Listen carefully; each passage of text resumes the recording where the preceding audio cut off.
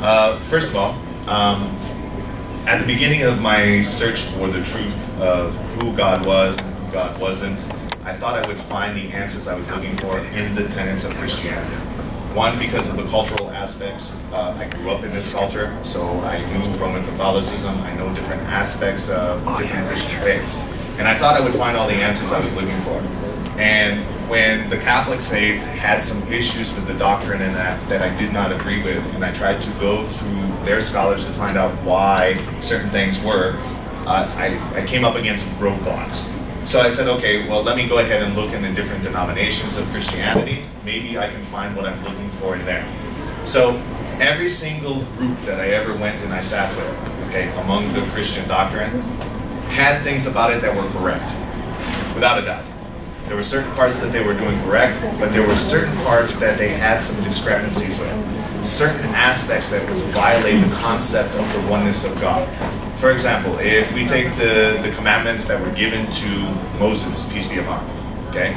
The first three deal with the oneness of Almighty God. So the first one says, thou shalt love thy God with all of thy heart, and thou shalt not take any other gods before me. That first one, so God is one. Don't take anything else. The second one says, thou shalt not worship any graven image. Okay? So I would find these churches in that they had graven images, either the statue of Jesus or a cross of Jesus, and I'm like going, this is insane. Okay? So I would question them about these things, and they had no answers that could satisfy this concept. And then the third one says, thou shalt not take the Lord's name in vain. Okay? So these three aspects are the true trinity of what Christians should be following, and it all points to monotheism. So I found these different aspects. So what I decided to do is start looking into ways of life that where all of this religion started from. Now, the original Judaic doctrine comes from the East, right? And it comes from a language that is called Hebrew, right? Which had a mother language which is known as Aramaic. So the mother language Aramaic is what Jesus, peace be upon him, what he used to speak. Yet the New Testament doctrine was all printed in Greek. So I was quite confused on why it went into the Greek text until I started to search through the historical documents to find out what happened in the early church of the Christian churches. So when I started to take some of these texts back to the original languages, okay, back to the Hebrew, back to the Aramaic, back to the Canaanite Greek, back to all of these original languages, I started to see some discrepancies in the translation issues that was coming into the English language. And so I started to see this is where some of the problems was lying in some of the churches. So I went back to school, got my master's in linguistics and that. Now I work with a lot of different languages and that because I wanted to find out what was the truth behind things. And when I started looking into all of these different philosophies, into Buddhism, Hinduism, all of these different isms that all started in the East, one thing I did find in all of the religions of the East is they all have this concept of the oneness of the Almighty God. Okay? Even Hindus who have over 3,000 gods in their structure, right? 3,000 gods. I asked a Hindu one time. I said, do you worship all 3,000 gods? He said, that's insane. You couldn't do that. He said, we pick one we like and we worship that one. So even they understand the concept of the oneness of God. They take one and they put it at a higher power. And Almighty God, he answers this in the final testament, the Quran. And that's why I said there's free copies of the Quran over there. Help yourself. I provide them wherever I go. It's the least I can do. Every single human being on the planet needs to understand this, because if you want to understand the First Testament, which is the Judaic scriptures, and you want to understand the Christian scriptures, you have to get the last part to it to understand it. And so when you open it up, it says in there that no human being has two hearts in his chest. It can only belong to one master, right? So having more than one God and having your heart belong to more than one, and they give an analogy this way. Imagine during the times of slavery, okay, and this is the example that it gives in there. Okay? Imagine during a time of slavery in that one slave belonged to 12 different masters. What would happen to that one human being? He would be torn apart, right? He can only work for one, right? And that was the whole concept. He was trying to relate this whole thing. Almighty God, he was trying to tell you, this is the relationship. It should be a one-on-one relationship between you and the Creator. There's not going to be multiple gods, or there might be wars in heavens, like in the Greek and the Roman structures. And so a lot of Christianity, when in the early days of the church, they started to mix with the Greek and the Roman cultures and that, and they adopted a lot of the pagan rituals that were part of the Greek and Roman cultures. And you'll see a lot of the historical documents that actually denote to this. So, and that's what led me on my journey, and that's what led me to Islam. Islam was actually the last part that I came across. And when I started to come across the doctrine, there was nothing wrong with the doctrine. But I was blessed that I looked at the teachings of Islam before I judged it on the actions of some of the Muslims. Because by Allah, by Almighty God, if I would have looked at the actions of the Muslims first, I probably wouldn't have came to Islam. But I went to the teachings. The teachings are unadulterated, pure monotheism. In fact, it's the only way of life on this planet that is 100% theocentric. And what I mean by theocentric is it's God-centered. So when I wake up in the morning, I read a special supplication that Almighty God put my soul back in my body and gave me another day. When I go to the bathroom, I read a supplication. When I go out of the bathroom, I read a supplication. When I eat food, everything I do is about that relationship between me and Almighty God.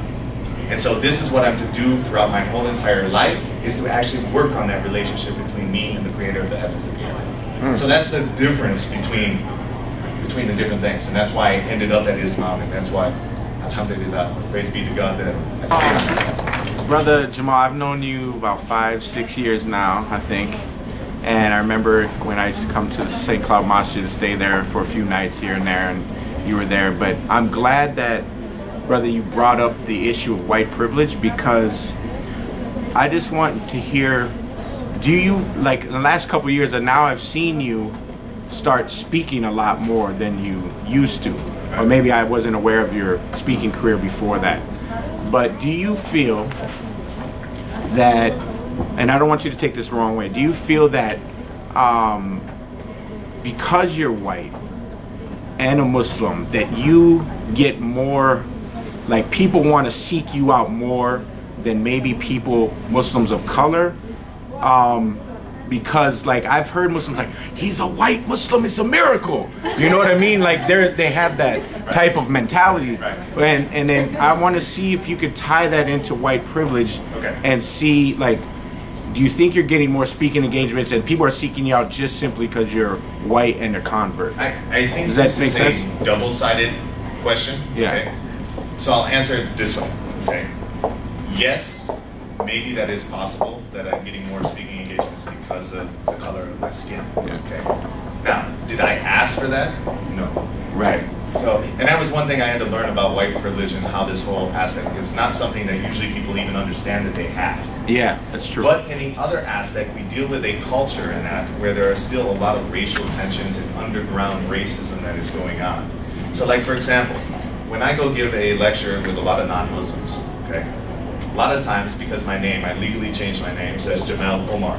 So they're expecting somebody that is coming a little darker skinned than mine, right? So when I come there and I give a lecture in that, I mean, I literally had this old lady one time come up to me.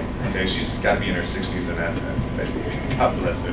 Anyway, she comes in, she goes, really, I was not expecting a white guy. and I said, well, what do you mean not expecting a white guy? Okay, and she said, because usually Muslims are black. I said, okay. So, you know, we dealt with this and had conversation about this, okay? And I think some of this has to do with the historical aspect of Islam in America, okay? Yeah. Islam in America started as a what? An African-American movement, okay? It started with the Nation of Islam, and that's what it was known as, right? Yeah. White people weren't coming as Muslims. But then when they started having contact with other immigrants that were coming here from other countries, like, for example, Syria, if you got Bosnia, these are, I mean, they're as white as I am, right? Yeah. But they come from Muslim countries, right? Because of their ancestry and where they were located. So as this started to happen in the United States, and you started to see more Americans start to accept Islam, okay, this changed the whole dynamics of the whole thing, okay? And so it's starting to change a little bit. Now, occasionally, I think that's some of the reason why some of the people, they want me to come and talk to go ahead and deal with that issue, to open up that issue so we can have talks about racism and stuff like that. Because really, racism has gone from being outward and open to being underground. So there are still a lot of people that have a lot of growing up to do, even in 2013 when we have an African American as a president, right? Yeah. We have a lot of way to go because there's a lot of other issues that are going on underground. And so I follow you for the last 5 years and a lot of the stuff you're doing. So may Allah reward you for organizing the people around certain things that you believe in. I mean, because that's our job as a Muslim also, is to go ahead and stand up for what is right and to forbid what is wrong. So, yeah. Thank you, brother.